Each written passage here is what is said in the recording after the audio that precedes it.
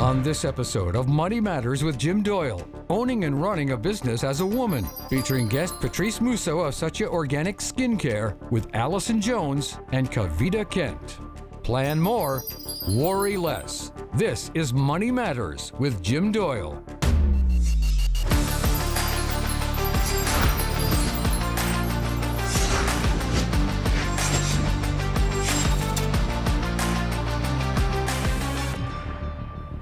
The number of women entrepreneurs is on the rise, but regardless of the positive outcomes, no one goes into business with a guarantee of success. Welcome.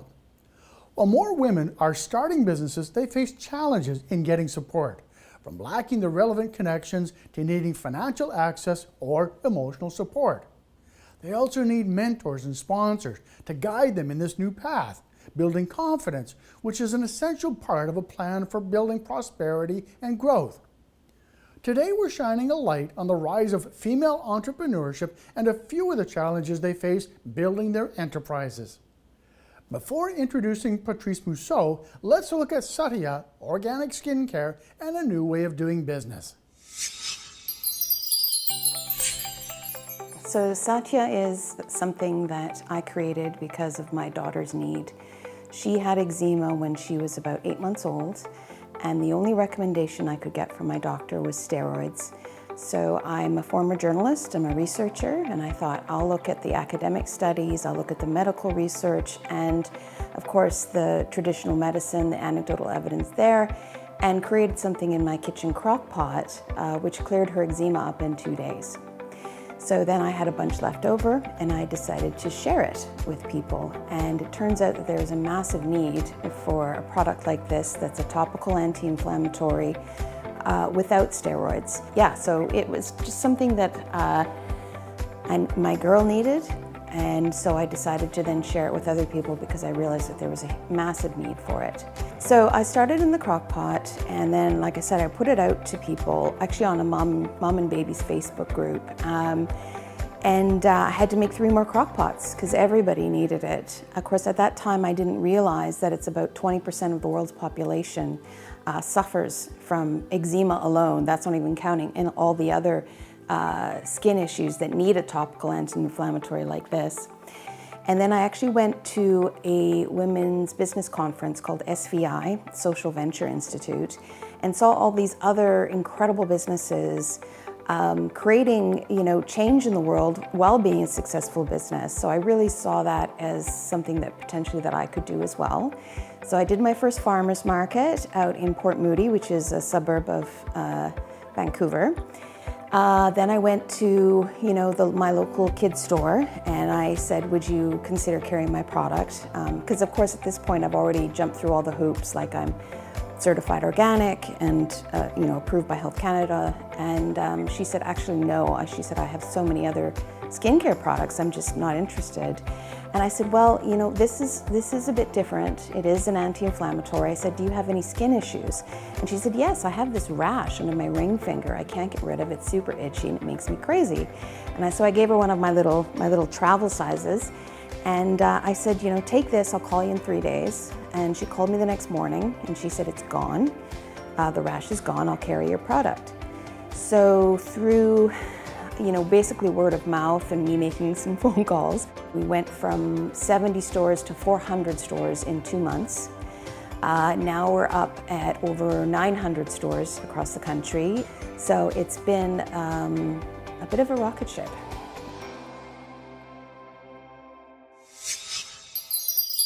When we come back, we'll have Patrice Mousseau with us in studio. Whereas I see now that business can actually be a vehicle for social change and actually doing good in the world.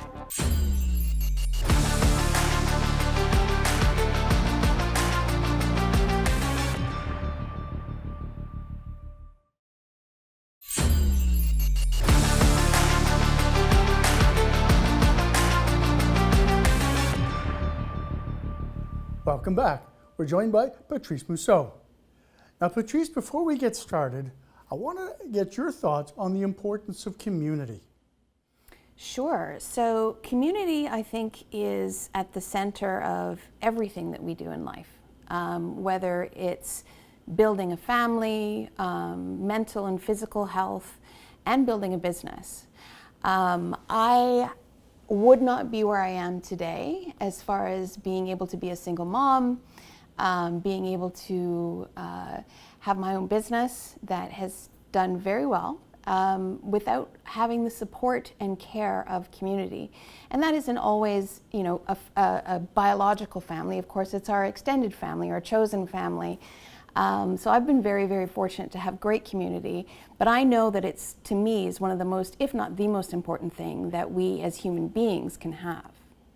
Now, you and I have talked before about community, and your connection with regards to community is unique on a couple of fronts, okay? So did you want to share a bit more about that? I think really it's just the like-minded people that I have the opportunity to have in my life. When you are with people who understand and have the same values as you do, the same importance on certain things, usually not profit, it's usually about purpose, it's usually about things like family, connection, the environment, treating each other really well.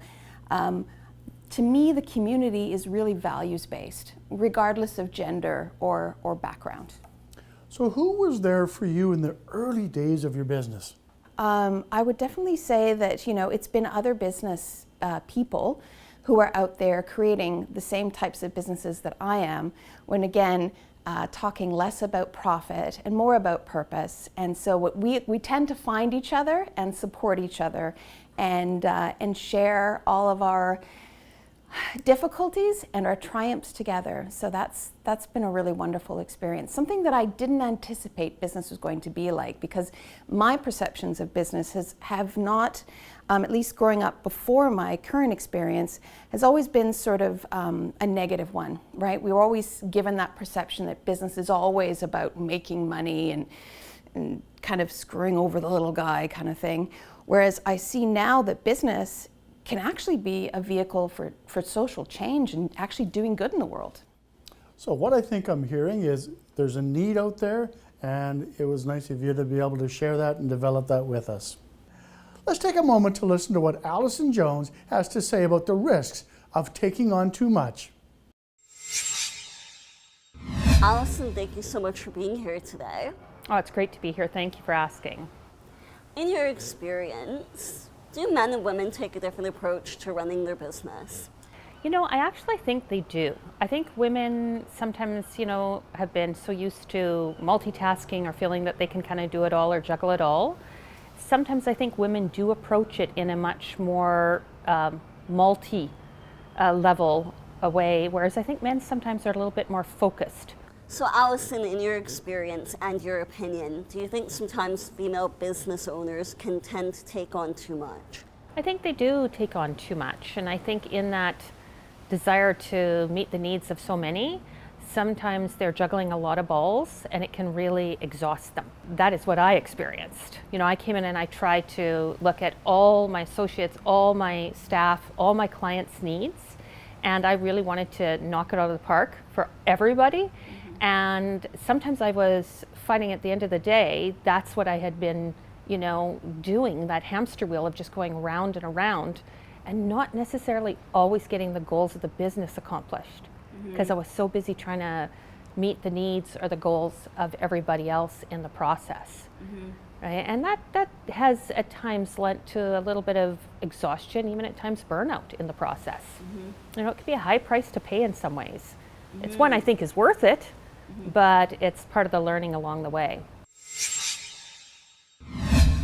So Alyson talks about, as a business owner, trying to hit it out of the park for everybody. Have you experienced periods like that in your business? I believe that if you're doing your job well, there are going to be people who are upset with that. I just do the best that I can for myself and for my daughter, for the people that I work with, and for my customers. And if you are constantly trying to make sure that nobody is upset, it leads to paralysis. Nothing is perfect, and if you keep trying to find perfection, you'll never be able to move ahead. Sometimes it's best to just try something, and if it's not perfect, you iterate all the time. You evolve what you're trying to do. Now I want to ask you, how long did it take for you to build a good management team around you? Well, I mean, I just hired a COO last year.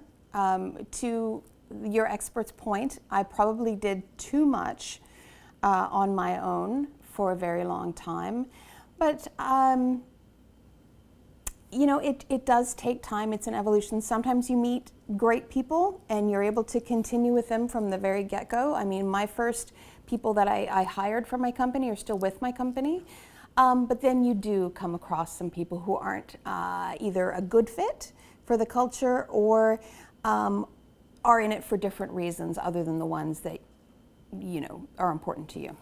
Now, Patrice, we've talked to a lot of business owners over the years about the importance of building that skill set and building that management team. And for a lot of people, it can be challenging managing growth. When we come back, let's talk about building that management team. But your to-do list will never be done, and it's okay to be okay with that.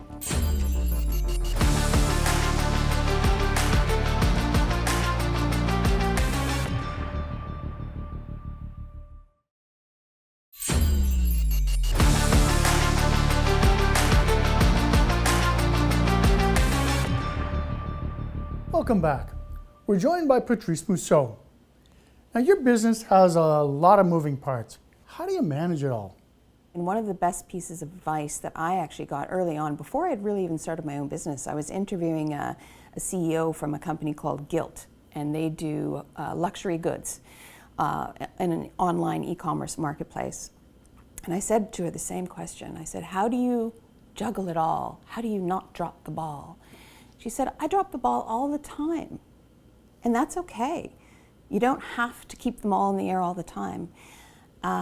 So yeah, I think just being kind with yourself and accepting the fact that you're not going to be perfect and you expect to drop the ball. So can we talk about what priorities you had as you set up your management structures? Yeah, I needed the people that were in the company to understand why we were creating the company the way we were, how important it was that we were actually trying to help people, and that was the most important thing that we're doing. For me, it was sort of that Kevin Costner, you know, Field of Dreams, you build it, they will come. It just naturally attracted the right kinds of people to the company. Really smart, really capable, and also just great people. I mean, we're a family more so than a company. I hear, surround yourself with great people. Let's hear what Kavita Kent has to say about maintaining boundaries in business. I think it's crucial to maintain boundaries, and I think it's crucial to remember that self-preservation allows you to provide the best version of yourself. And so self-care is something that we teach in the clinic, and it's something that we absolutely live by. In order for you to be able to provide the services and provide the amazing opportunities to your physicians and to my patients, and I need to be available to them, and that means self-care. Knowing that when you take care of yourself, you have the ability to take care of others. So Patrice, I know you have some strong feelings around those words, self-care. Right, I do. And I think that's just one more thing that we as entrepreneurs get added to our plate, that, you know, we're not taking care of ourselves well enough. You know, we're not exercising, we're not eating properly, we're not getting enough sleep. And those things are all true, and it would be wonderful to get them. But those things are also a privilege. Usually a privilege of someone who has someone, you know, in the back taking care of the house, taking care of the kids, maybe a business partner, all those sorts of things. And when you're really doing that all by yourself, the idea that I'm not doing enough to self-care is just one more thing. So I always say to people, don't think about self-care. What you think about, and to bring it back full circle to the beginning of our conversation, is the idea of community care. You go out and you find yourself a group of people that you can talk to, other business owners, and you can find them through places like business organizations, women's groups, some great places like SheEO, the Forum for Women Entrepreneurs, now called the Forum. Go out there, meet with people, and be vulnerable, and they can be vulnerable back to you, and that's how you build community, and that's how you're going to get through this, not by taking a bubble bath. Okay. Now, I know in one of our previous conversations, you mentioned your young daughter saying to you, I feel bad for you because I know you're working so hard. Yes, my little girl. She's always got an eye out on Mummy. Well, yeah, she said to me, Mummy, I feel bad because you're always working. And I said, yeah, Mummy, Esme, that's her name, Esme. But I love what I do. And she said, oh, okay, that makes sense then. And she was fine. Because I do. I love what I do, and I wouldn't have it any other way. So Patrice, here's a question for the ages. What do you do with a to-do list that's never done? That's life. Your to-do list is not done until you hit the grave, Jim. So pace yourself.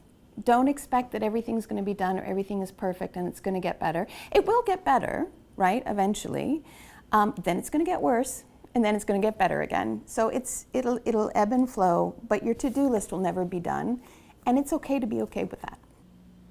So what I think I'm hearing is it's important that you choose what things you do and in what order. We'll be right back. Because sweat equity is the most expensive money you will ever get in your whole life.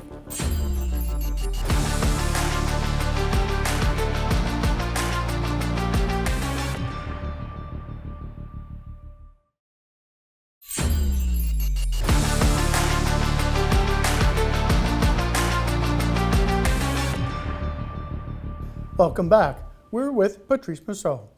Patrice, you put a lot of effort into getting your business where it is today. I want to talk to you about raising capital and your thoughts about never giving up sweat equity. Right. So two big topics, right, in that one question. I think first we can talk about raising capital. And raising capital is outside, of course, of like getting a loan or a grant. It's when you're basically asking someone to come and almost like be in a marriage with you, right? They are bringing to the table their money, and you're bringing to the table your idea. Your idea and your time and your effort is worth a lot, more than your company is actually probably valued at. So when you start having somebody on the outside saying, I'd love to give you $1 million, but I'm going to take half your company, that's something to really consider, because that person, as I mentioned, it's like a marriage. They're going to be with you for the rest of the life of your company. So be very cautious when you get into that kind of thing. I always recommend to people that as you're starting your business, push as long as you can in getting loans and in getting grants, and keep as much of the ownership or equity of your company as possible. Which then brings us to the second half, of course, sweat equity. And this is when somebody comes to you and says, I believe in what you're doing with your company, I want to work for you, but I'm very expensive. And so what I'll do is I'll take a portion of your company for my efforts, right?